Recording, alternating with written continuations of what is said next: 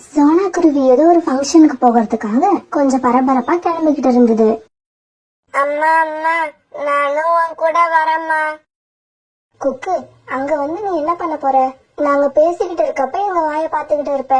அதுக்கு நீ வீட்டுல இருந்து விளையாண்டுக்கிட்டு இரு. அம்மா போயிட்டு சீக்கிரமா வந்துடுற. அம்மா நான் வீட்டுல இருக்க மாட்டேன், நானும் உன் கூட தான் வருவேன். இப்படி சொன்ன குக்கு அழ ஆரம்பிச்சிட்டான். அந்த காட்டுல உள்ள பாபா புறாவுக்கு நேத்துதான் கல்யாணம் ஆகியிருந்தது. அந்த பாபா புறாவோட மனைவி ரொம்ப அழகா இருக்குன்னு காடு புறா ஒரே பேச்சா இருந்தது. அதனால அந்த பெண் பறவைய பாக்கிறதுக்காகவே அந்த காட்டுல உள்ள பெண் பறவைங்க எல்லாம் ரொம்ப ஆர்வமா கிளம்பிக்கிட்டு இருந்தாங்க. குக்கு இப்படி அம்மா கிட்ட தன்னையும் பாபா புறா வீட்டுக்கு அழைச்சிட்டு போக சொல்லி பிடிவாத பிடிச்சுக்கிட்டு இருக்க, இப்ப கோரிக்காகவும் அதோட பையன் ஜக்கும் சோனா குருவி வீட்டுக்கு வந்தாங்க. சோனா, பாபா புறா வீட்டுக்கு போறதுக்கு நான் கிளம்பிட்டேன். நீ என்ன இன்னுமா ரெடி ஆகல? பாபா புறாவோட மனைவி ரொம்ப அழகா இருக்கலாம், சீக்கிரம் கிளம்பு. எனக்கு முதல்ல அவளை போய் பாத்துட்டு வந்தாதான் என்னால அடுத்த வேலையை பார்க்க முடியும். குக்கு, நானும் எங்க அம்மா கூட பாபா அங்கிள் வீட்டுக்கு போறேன். நீயும் தானே வார? அங்க நமக்கு நிறைய மிட்டாய் கிடைக்கும். அம்மா பாரு, கோரி ஆண்டி ஜக்குவையும் அழைச்சுக்கிட்டு போறாங்க. நீ ஏன் என்ன அழைச்சுக்கிட்டு போக மாட்டேங்கிற? என்ன சோனா இப்படி இருக்க? குழந்தைங்க அம்மா கூட வெளியில போகணும்னு ஆசைப்படதானே செய்யும். குக்குவையும் அழைச்சுக்கிட்டு வா. வீட்டுல தனியா இருந்து அவன் என்ன பண்ண போறான் பாவம். சரி சரி குக்கு, உன்னையும் அழைச்சுக்கிட்டு போறேன், சீக்கிரமா கிளம்பு. பிறகு சோனா குருவி, குக்கு, கோரிக்காகோ, ஜக்கு இப்படி 4 பேரும் பாபா புறா வீட்டை நோக்கி பறந்து போனாங்க. பாபா, காட்டுல எல்லாரும் சொன்னப்ப கூட நான் நம்பல. நேர்ல பார்த்ததுக்கு அப்புறம் தான் தெரியுது உன்னோட மனைவி எவ்வளவு அழகுன்னு. உனக்கு போய் இவ்வளவு அழகான மனைவி கிடைப்பான்னு நான் நினைக்கவே இல்ல பாபா. என்ன இப்படி பேசுறீங்க? என் கணவருக்கு என்ன குறைச்சல்? என் கணவர் அழகா தானே இருக்காரு. கோரி, எனக்கு நேத்து தான் கல்யாணம் ஆயிருக்கு. இன்னைக்கெல்லாம் சண்டை போடுற நாள் இல்ல, சந்தோஷமா இருக்க வேண்டிய நாள். அதனால தேவையில்லாதது எதையும் பேசாம நான் குடுக்கற மிட்டாய சாப்பிட்டுட்டு கிளம்புற வழிய பாரு. சோனா தங்கச்சி, நீயும் மிட்டாய் எடுத்துக்க. இந்த சமயத்துல விளையாண்டுகிட்டே கொஞ்ச தூரம் தள்ளி போன ஜக்கு அங்க இருந்து ஒரு தங்க நெக்லஸ பார்த்தான். அத பார்த்த உடனே அவனுக்கு எடுக்கணும் போல ஆசை வந்தது. இப்படி ஆசைப்பட்ட உடனே அந்த நெக்லஸ் எடுத்து தன்னோட ரக்கக்குள்ள ஒளிச்சு வச்சுக்கிட்டான். உங்க பேர் தான் சோனாவா? உங்களை பத்தி என்னோட கணவர் நிறைய சொல்லி இருக்காரு. நீங்க அவருக்கு நல்ல ஃப்ரெண்டுன்னு. உங்களை ஒரு நாள் பாக்கணும்னு நினைச்சுக்கிட்டே இருந்தேன். நீங்க இன்னைக்கே எங்க வீட்டுக்கு வந்தது எனக்கு ரொம்ப சந்தோஷமா இருக்கு. இப்படி நெக்லஸ் எடுத்து தன்னோட ரக்கக்குள்ள ஒளிச்சு வச்ச ஜக்கு நெக்லஸ் காணா போனது யாராவது கண்டுபிடிச்சிருவாங்களோங்கிற பயத்துல சீக்கிரமா வீட்டுக்கு போகணும்னு நினைச்சான். அம்மா அம்மா, எனக்கு வயித்தெல்லாம் வலிக்குது, வா சீக்கிரம் வீட்டுக்கு போவோம். ஜக்கு, இதுக்குதான் உன்னை நான் அழைச்சிட்டு வர மாட்டேன்னு சொன்னேன். எங்கேயாவது வெளியில கிளம்புறப்ப அழுது அழுது கிளம்ப வேண்டியது. இப்படி கிளம்பி போக வேண்டிய இடத்துக்கு வந்த உடனே 10 நிமிஷம் கூட இருக்க விடாம வா வீட்டுக்கு போவோம், வா வீட்டுக்கு போவோம்னு கூப்பிட்டுக்கிட்டே இருக்க வேண்டியது. அம்மா, நீ இனிமே எங்க வெளியே போனாலும் நான் உன் கூட கிளம்பவே மாட்டேன். இப்ப மட்டும் என்ன தயவு செய்து வீட்டுக்கு அழைச்சுக்கிட்டு போயிடு. சோனா, நீ இருந்து பாத்துட்டு போ, நான் கிளம்புறேன். ஜக்குவ பாரு எப்படி தொல்லை பண்றான்னு. சரி சரி, நான் எனக்கு கொடுத்த மிட்டாயை வீட்டுல போய் சாப்பிட்டுக்கிறேன், கையோட எடுத்துக்கிட்டே போயிடுறேன். இப்படி சொன்ன கோரி அந்த மிட்டாயை எடுத்துக்கிட்டு ஜக்குவோட தன்னுடைய வீட்டை நோக்கி பறந்து போச்சு. பாபா அண்ணா, நாளைக்கு ராணிய கூட்டுக்கிட்டு என்னோட வீட்டுக்கு வந்துருங்க. நாளைக்கு உங்க 2 பேருக்கும் என் வீட்டுல விருந்து வைக்க போறேன், மறக்காம வந்துருங்க, நான் உங்களுக்காக காத்திருப்பேன். பிறகு இப்படி சொன்ன சோனா குருவி தன் பையன் குக்குவை கூட்டிட்டு தன்னோட வீட்டுக்கு பறந்து போச்சு. அம்மா அம்மா, இங்க பாத்தியா நான் கல்யாண வீட்டுல இருந்து என்ன எடுத்துக்கிட்டு வந்திருக்கேன்னு? இப்படி சொல்லிட்டு ஜக்கு எடுத்து கொடுத்த தங்க நெக்லஸ் பார்த்த கோரிக்கு ரொம்ப அதிர்ச்சி ஆயிடுச்சு. ஜக்கு, இது என்ன உண்மையா? என்னோட கண்ணை என்னாலேயே நம்ப முடியலடா. நீ இந்த நெக்லஸ பாபா புறா வீட்ல இருந்து திருடிட்டு வந்திருப்பன்னு நான் நினைக்கவே இல்ல. ஜக்கு, இத நான் திருடிட்டு வந்திருந்தா கூட இந்நேரம் பதட்டத்துல தடுமாறி இருப்பேன். ஆனா நீ ரொம்ப அசால்ட்டா அடிச்சிட்டு வந்துட்ட. உன்னை நினைச்சா எனக்கு ரொம்ப பெருமையா இருக்குடா. கோரி, வெக்கப்பட்டு அவமானப்பட வேண்டிய விஷயத்துக்கெல்லாம் இப்படி பெருமைப்படுறியே, இது ரொம்ப கேவலமா இருக்கு. முதல்ல இந்த நெக்லஸை எடுத்துக்கிட்டு போய் பாபா வீட்டுல கொடுத்துட்டு என் பையன் விளையாட்டா தெரியாம எடுத்துக்கிட்டு வந்துட்டான்னு சொல்லிட்டு வா. ஓ, நான் பேசுறது உங்களுக்கு கேவலமா இருக்கா? உங்களுக்கு வயசு என்ன ஆகுது? நானும் கல்யாணம் ஆனதுல இருந்து உங்களுக்கு திருட கத்து கொடுத்துக்கிட்டே தான் இருக்கேன். இன்னும் நீங்க ஒரு திருட்ட கூட உருப்படியா செஞ்சதே இல்ல. ஆனா என் பையன் ஜக்கு அப்படி இல்ல. நான் அவனுக்கு சொல்லி கொடுக்கவே இல்ல. ஆனா அவன் நான் திருடுறத பார்த்து அவனே கத்துக்கிட்டான். அவனோட கண் பார்த்தா கை தன்னால வேலை செய்யுது. இப்படிப்பட்ட பிள்ளைய பெற்றதுக்காக ஒரு அம்மா பெருமைப்படாம வேற எதுக்கு பெருமைப்படணும்? கோரி சொல்றத கேளு. அந்த ராணிபுரா கல்யாணம் ஆகி இப்பதான் நம்ம காட்டுக்கே வந்திருக்கு. முதல் நாள்லயே இப்படி அவங்க வீட்டுல நெக்லஸ் திருட்டு போனா நம்ம காட்டை பத்தி என்ன நினைக்கும்? அதுவும் இல்லாம ஜக்கு இந்த நெக்லஸ திருடின விஷயம் வெளியில தெரிஞ்சிச்சு, அதை விட நமக்கு வேற அசிங்கமே இல்ல. காலேஜி, நீங்க யார்கிட்டயும் சொல்லாம இருங்க, அதுவே போதும். நெக்லஸ் நம்ம கிட்ட இருக்கிற விஷயம் யாருக்குமே தெரியாது. அதுவும் இல்லாம என் பையன் திருடன திருட்டு இது. அந்த ஞாபகமா இத நானே வச்சுப்பேன். ஜக்கு, இத நீ திருடுனது எல்லாம் பெரிய விஷயம் இல்லடா. எனக்கே தெரியாம திருடுன பாரு, அங்கதான்டா நிக்கிற நீ. என்னங்க என்னங்க, இங்க வச்சிருந்த என்னோட தங்க நெக்லஸ் காணுங்க. அப்படியா? என்ன இது ஆச்சரியமா இருக்கு.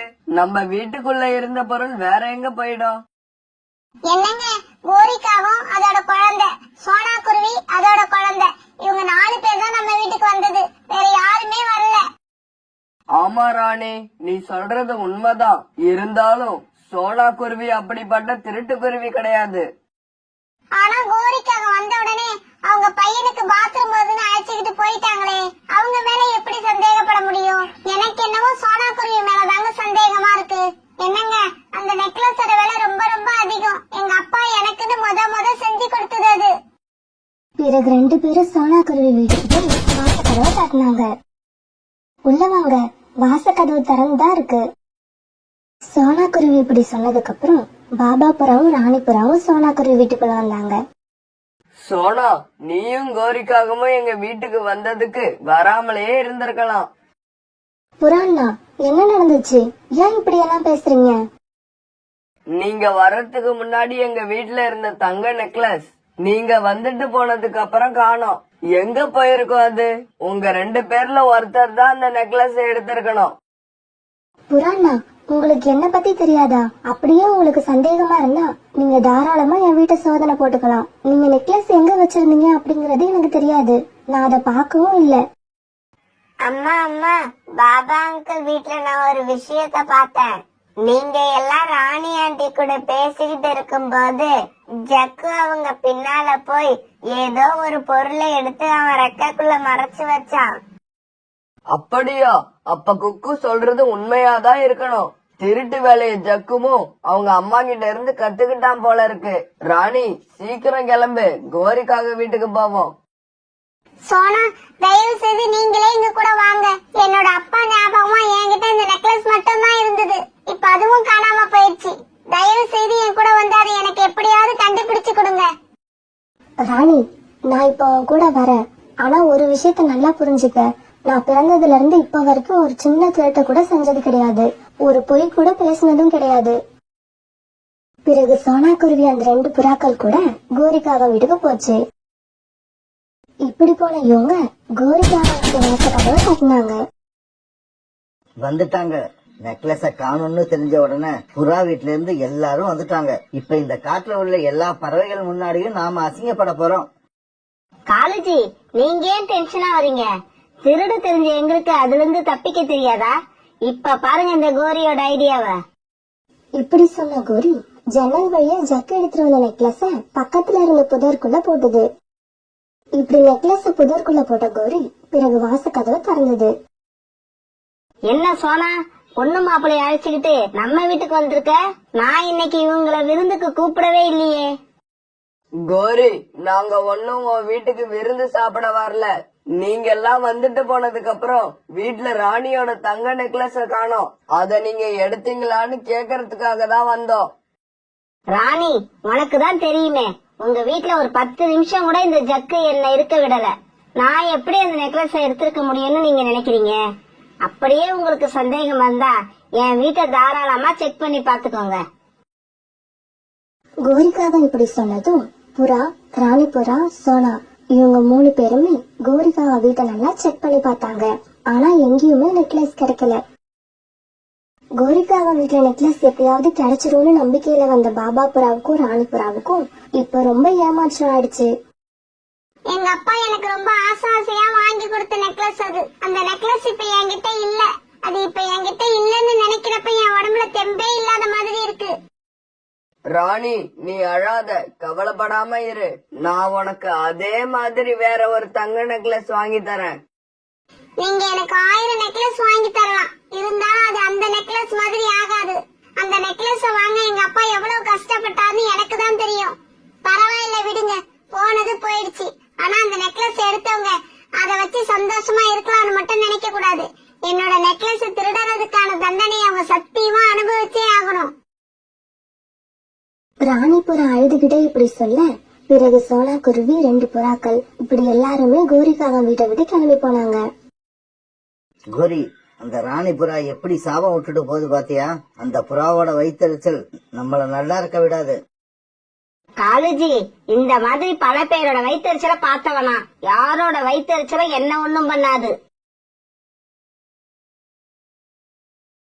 இப்படியே சில நாட்கள் நகர்ந்துச்சு. ஜக்கு, நீ இந்த நெக்லஸ் எடுத்துக்கிட்டு நதிக்கரைக்கு வா.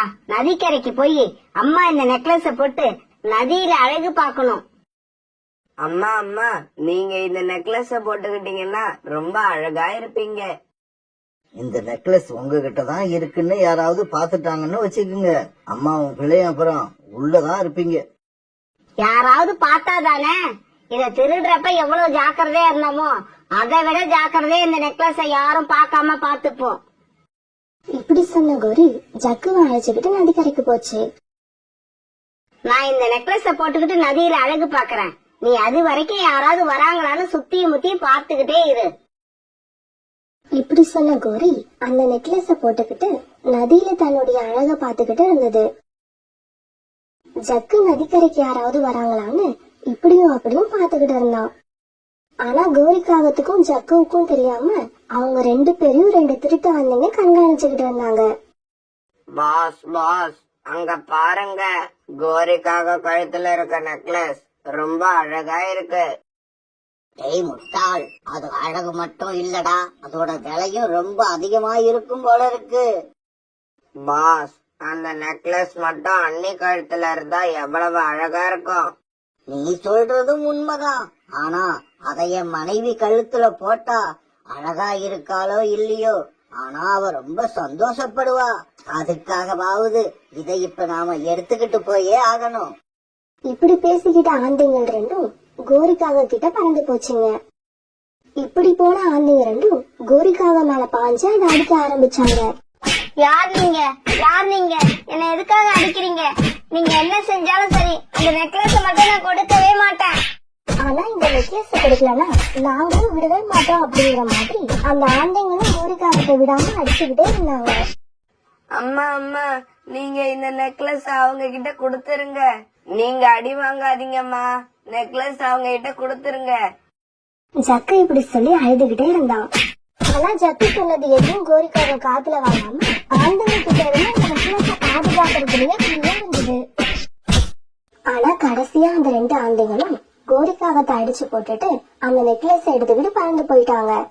அந்த ஆந்தைங்க அப்படி அந்த நெக்லஸ கோரி கிட்ட இருந்து பிடிச்சு இழுக்கிறப்ப கோரியோட ரெக்கையில மாட்டி ஒரு ரெக்கையும் துண்டாகி கீழே வந்துடுச்சு. அம்மா அம்மா, நான் தான் அப்பவே சொன்னலம்மா அந்த நெக்லஸ கொடுத்துருங்கன்னு. இப்ப பாருங்கம்மா, உங்க ரெக்க ஒண்ணு துண்டாகி கீழே விழுந்து கிடக்கு. கோரியால எதுவுமே பேச முடியாம அழுதுகிட்டே இருந்தது. விஷயத்தை கேள்விப்பட்ட காலுக்காகவும் அங்க வந்துச்சு. அப்பா அப்பா, 2 ஆந்தைகள் வந்து அம்மாவோட ரெக்கைய பிச்சு போட்டுட்டு நெக்லஸ் எடுத்துக்கிட்டு போயிட்டாங்க. ஜக்கு, உங்க அம்மாவோட ரெக்கை இப்படி துண்டாக்கி கிடக்கிறதுக்கு காரணம் அந்த 2 ஆந்தைங்களும் கிடையாது, நீயும் புறாவோட வீட்டுல இருந்து நீ திருடிக்கிட்டு வந்த அந்த தங்க நெக்லஸும் தான் காரணம். இத கேட்ட ஜக்குவுக்கு தான் செஞ்ச பெரிய தவறு அப்பதான் புரிஞ்சது.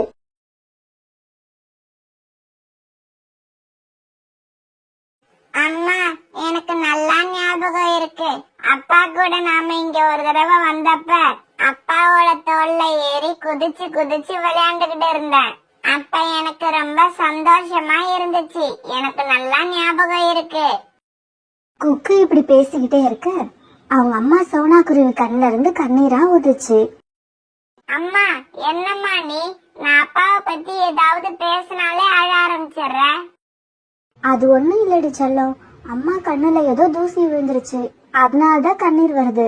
நீங்க அம்மா கிட்ட வாங்க, அம்மா உங்களை தோல்ல தூக்கிக்கிறேன். நீங்க அப்பா மேல எப்படி விளையாண்டீங்களோ அதே மாதிரி அம்மா தோல்ல ஏறி விளையாடுங்க. அம்மா நான் உங்ககிட்ட ஒரு விஷயம் சொல்லவா? சொல்லு குக்கு, என்ன விஷயம்? அம்மா அப்பா என்ன ஒரு நிமிஷம் கூட சும்மாவே இருக்க விட மாட்டாங்க. நான் விளையாட போலன்னா கூட அவங்களா என்கிட்ட வந்து விளையாட ஆரம்பிச்சிருவாங்க.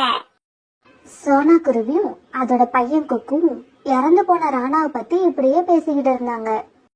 குக்குவோட அப்பா ராணா இறந்து போய் கொஞ்ச நாள் தான் ஆகுது.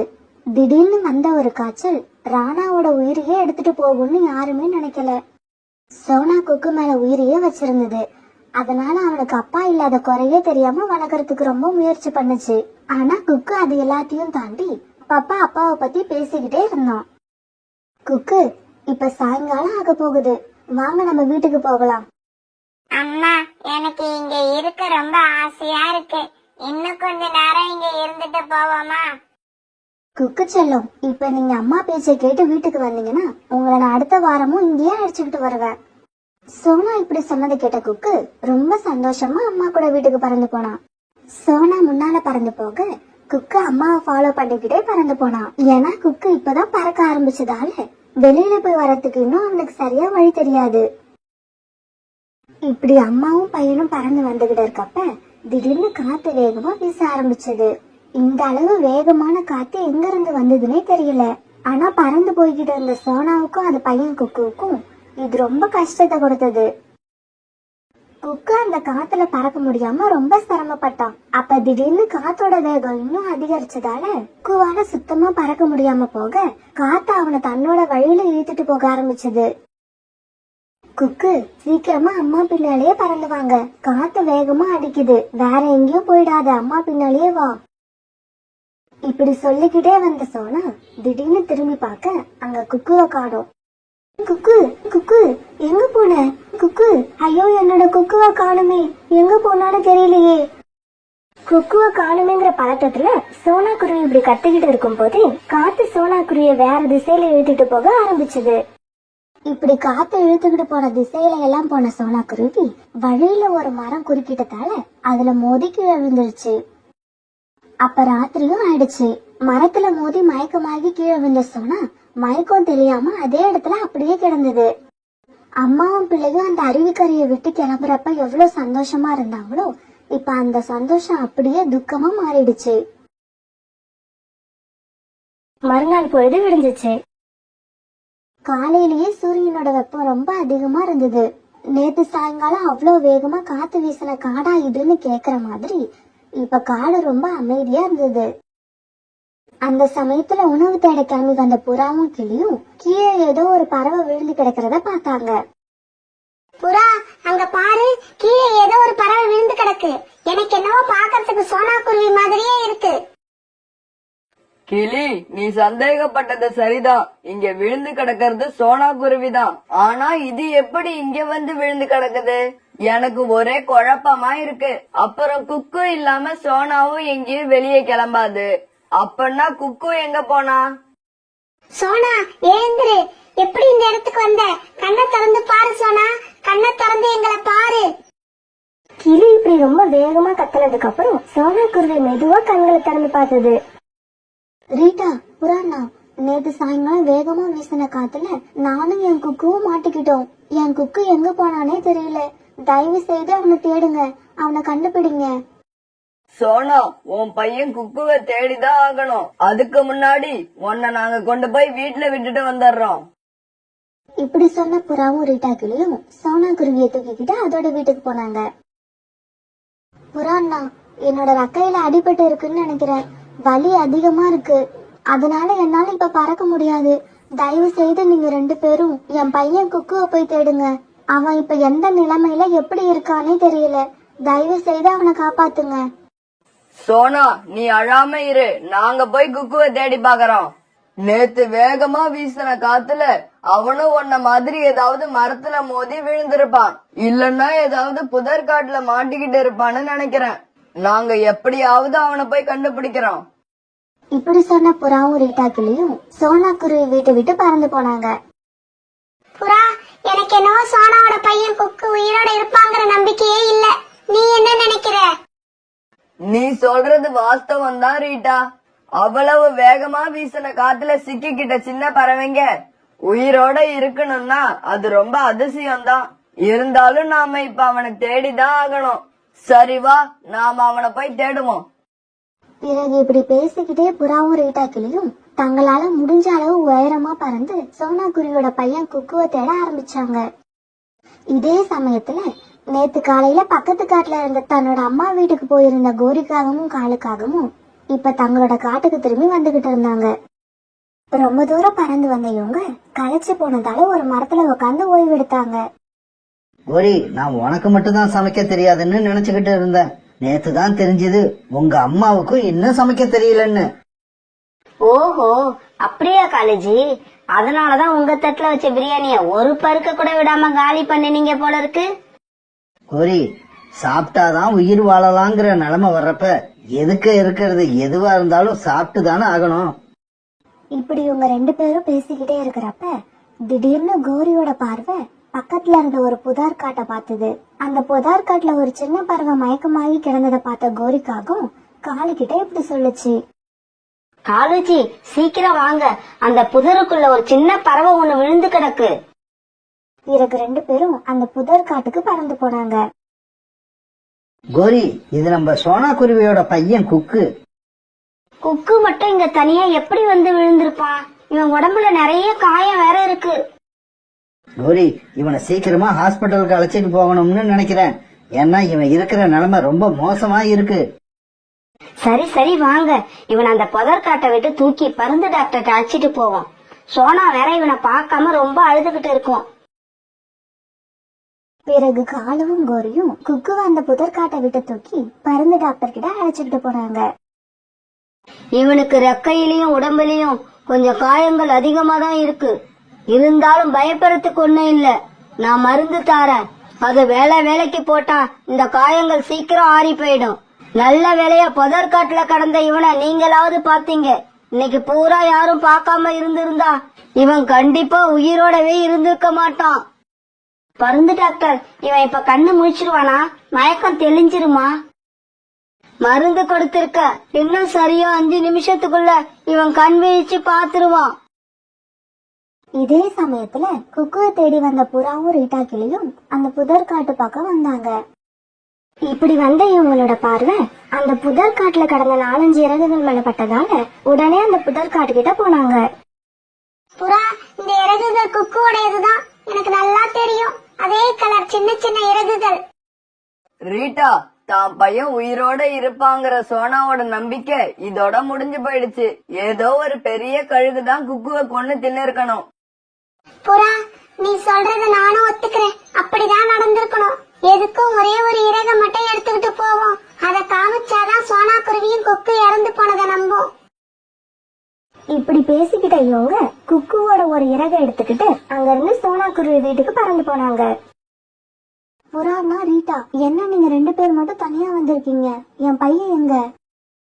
சோனா குருவி கேட்ட கேள்விக்கு எந்த பதிலும் சொல்லாம ரீட்டா கிளியும் புறாவும் மௌனமா இருந்தாங்க. புறா அண்ணன், ஏதாவது பதில் சொல்லுங்க. என் பையனை நீங்க எங்கேயுமே பாக்கலையா? அவன் கிடைக்கவே இல்லையா? சோனா, நீ ரொம்ப தைரியமா இருக்க வேண்டிய நேரம் இது. எது நடந்தாலும் நல்லதுன்னு நினைச்சு உன் மனசை தேத்திக்க. சோனா, இந்த இறக பாரு. இது யாரோட இறகுன்னு உன்னால சொல்ல முடியுதா? இந்த இறகு என் குக்குவோடது. இந்த இறகு குக்குவோடதேதான். இந்த இறகு உங்களுக்கு எங்க இருந்து கிடைச்சது? என் குக்கு எங்க? சோனா, ஒரு புதற்காட்டுல இந்த மாதிரி 4-5 இறகுகள் மட்டும்தான் கடந்தது. குக்கு அங்க இல்ல. அங்க கொஞ்சம் ரத்த கரையும் இருந்தது. குக்கு ஏதாவது கழுகு சாப்பிட்டுட்டு இருக்கும்னு நினைக்கிறேன். இதுக்கு மேல குக்கு உயிரோட இருக்க வாய்ப்பே இல்ல. குக்கு, என் செல்லமே, அம்மா விட்டுட்டு எங்கடா போனீங்க? நீங்க இல்லாம அம்மா மட்டும் இனிமே எப்படிடா வாழ முடியும்? சோனா இப்படி சொல்லிட்டு ரொம்ப அழ ஆரம்பிச்சது. சோனா அழ ஆரம்பிச்ச உடனே அதை பார்த்து கிளியும் புறாவும் கூட அழ ஆரம்பிச்சாங்க. தான் பையனோட இறக பார்த்த உடனே அவன் உயிரோட இருப்பான்ற நம்பிக்கை சோனாக்கு கொஞ்சம் கூட இல்ல. குக்கு, நீ கொஞ்ச நேரம் காலு கூட பேசிக்கிட்டு இங்கேயே இரு. நான் உள்ள போய் உங்க அம்மா என்ன பண்ணுதுன்னு பாத்துட்டு வரேன். ஆமா, இப்படி 3 பேரும் சேர்ந்து அழுதுகிட்டு இருக்கீங்களே, அப்படி என்னதான் நடந்தது? எனக்கும் என்னன்னு சொன்னா நானும் சேர்ந்து அழுவன்ல. கோரி அக்கா, என் பையன் இறந்துட்டான். உங்களை கோரி ஆண்டின்னு வாய் நிறைய கூப்பிடுவோம்ல, அந்த குக்கு இப்ப உயிரோட இல்ல. சோனா குருவி இப்படி அழுதுகிட்டே கோரி கிட்ட இதையெல்லாம் சொல்ல கோரி அதையெல்லாம் காதுல வாங்கவே இல்ல. அதெல்லாம் இருக்கட்டும் சோனா, உங்க வீட்ல இப்ப சக்கரை இருக்கா இல்லையா? எனக்கு என்னவோ இப்ப பாயாசம் சாப்பிடணும் போல இருக்கு. முடிஞ்சா நீ செஞ்சு எங்க எல்லாருக்கும் கொடு. உன்னால முடியலன்னா சொல்லு, நான் செஞ்சு உங்க எல்லாருக்கும் தாரேன். கோரி, இப்படி எல்லாம் பேச உனக்கு வெக்கமா இல்ல? கொஞ்சம் கூட மனசாட்சியே இல்லாத பிறவியா இருக்கியே. ஏய் அழுக்கு புறா, பாயாசம் சாப்பிட மனசாட்சி வேணும்னு எனக்கு இது வரைக்கும் தெரியாது. இப்ப நீ சொல்லிதான் தெரியும். சோனா, பாயாசம் சாப்பிடணுங்கிற என்னோட ஆசைய புறாவாலதான் புரிஞ்சிக்க முடியல, உன்னால கூடவா புரிஞ்சிக்க முடியல?